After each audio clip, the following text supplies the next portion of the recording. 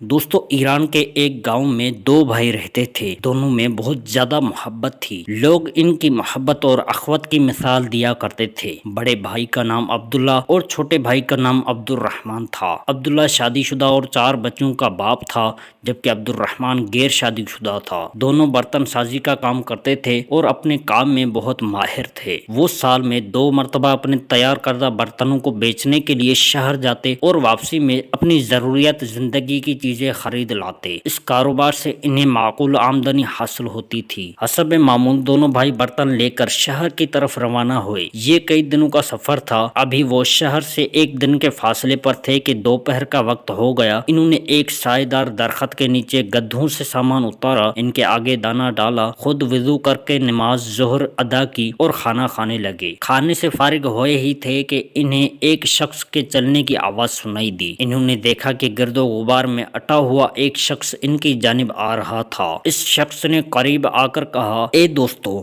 کیا تمہیں کسی ہم سفر کی ضرورت ہے؟ بڑے بھائی نے جواب دیا، کیوں نہیں، ہم سفر کی وجہ سے سفر آسان ہو جاتا ہے۔ اجنبی ان کے ساتھ بیٹھ گیا اور اپنے میٹھے لہجے سے دونوں کو گرویدہ بنا لیا۔ کچھ دیر آرام کے بعد سفر دوبارہ شروع ہوا۔ دوران سفر اجنبی نے بڑے بھائی کو اکیلے پا کر اس سے حال احوال دریافت کیا اور باتوں باتوں میں پوچھا کہ سامان بیچنے کے بعد کیا تم دونوں برابر تقسیم کرتے ہو؟ جواب میں بڑے بھائی نے کہا، ہاں، ہم ایسا ہی کرتے ہیں۔ اجنبی نے کہا، دیکھو میاں، تم بال بچوں والے ہو، تمہارا حق زیادہ بنتا ہے اور محنت میں بھی تم زیادہ شامل ہو۔ چھوٹا تو اکیلا ہے، کیا تم نے کبھی اس پہلو سے بھی سوچا ہے؟ اس طرح اجنبی نے بڑے بھائی کے دل میں وسوسہ پیدا کر دیا۔ اس نے دل میں عہد کر لیا کہ اس دفعہ وہ زیادہ حصہ لے گا۔ اجنبی نے اسی طرح موقع پا کر چھوٹے بھائی سے پوچھا، سامان بیچنے کے بعد تم دونوں برابر تقسیم کرتے ہو؟ چھوٹے بھائی نے بھی وہی جواب دیا، ہاں، ہم ایسا ہی کرتے ہیں۔ اجنبی نے کہا، میاں، تمہاری ابھی شادی ہونی ہے، گھر بننا ہے اور آمدنی کی تقسیم میں تم گھاٹے میں رہتے ہو، کام کاج بھی تم زیادہ کرتے ہو، بڑا بھائی تو اپنے بچوں میں مصروف رہتا ہے، اسی طرح تمہارا گھر کیسے بنے گا؟ شادی کے اخراجات کہاں سے آئیں گے؟ چھوٹا بھائی بھی وسوسوں کا شکار ہو گیا اور کھچا کھچا رہنے لگا۔ اجنبی سائے کی طرح کبھی چھوٹے بھائی کے کان بھرتا تو کبھی بڑے بھائی کے کان بھرتا۔ شہر پہنچنے کے بعد سامان بہت اچھے داموں میں فروخت ہو گیا۔ ضروری خریداری کے بعد دونوں بھائی جامع مسجد میں جمعۃ المبارک کی نماز پڑھنے گئے۔ امام صاحب نے خطبے کے دوران سورۃ الناس کی تشریح فرمائی کہ شیطان کس طرح انسانی ذہنوں میں وسوسے پیدا کرتا ہے، اور فرمایا کہ اگر کوئی بھی آپ سے کوئی ایسی بات کرے جس سے آپس میں پھوٹ پڑے، بے اتفاقی پیدا ہو